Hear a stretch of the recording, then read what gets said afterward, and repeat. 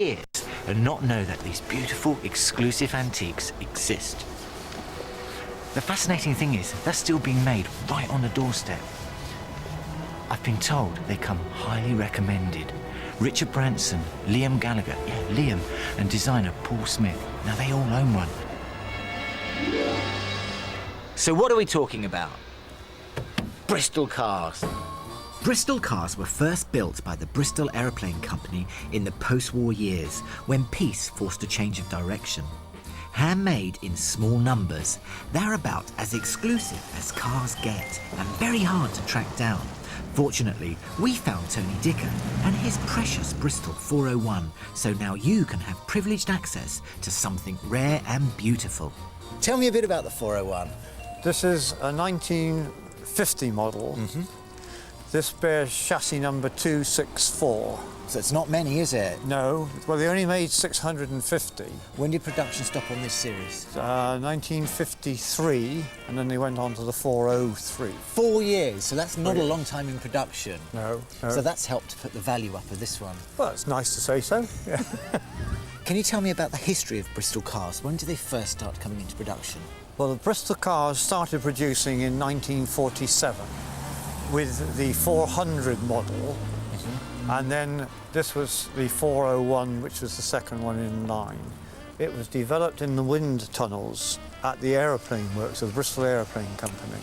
The fact that an aeroplane company was manufacturing cars, what did that add?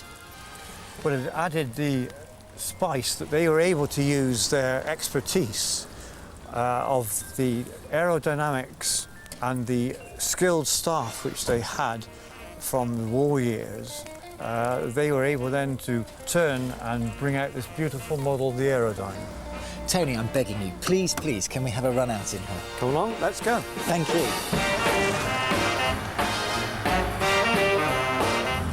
How did you come by getting this car? Because it's a pretty special car. Well, this came from a friend of mine who was helping with a deceased estate, and they wanted to sell it, and so I put in a bid for it. It was an open tender. What did you bid? £1,500. It wasn't in this condition, was it? No, right. It was pretty derelict, actually. In fact, I had to go and rummage around in this deceased house, and I found, for example, the cylinder head under the kitchen sink. How long did the restoration project take?